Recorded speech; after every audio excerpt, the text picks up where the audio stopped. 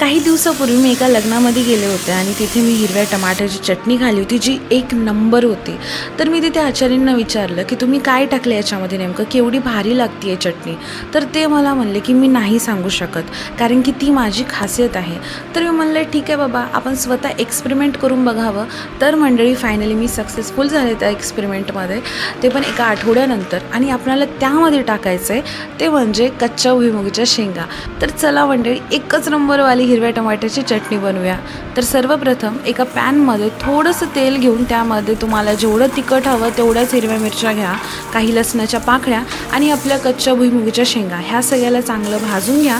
त्यानंतर थोड्याशा तेलामध्ये हिरव्या टमाटर भाजून घ्या. आता हे सगळं एका मिक्सरमध्ये टाका आणि त्यामध्ये कोथिंबीर, मीठ, हळद आणि जिरे पाणी न टाकता चांगलं मिक्सरमध्ये बारीक करून घ्या. त्यानंतर जिरे, मोहरी आणि कढीपत्त्याचा तडका ह्या चटणीवर टाका, चांगलं मिक्स करा आणि एन्जॉय करा.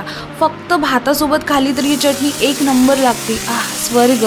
त्यानंतर भात, वरण आणि भाकर तर सांगूच नका, लईच भारी. तुम्हाला ही रेसिपी आवडली असेल तर नक्कीच कमेंट करून सांगा मंडळी. अजून अशा एका रेसिपीसोबत भेटू पुढच्या व्हिडिओमध्ये. धन्यवाद.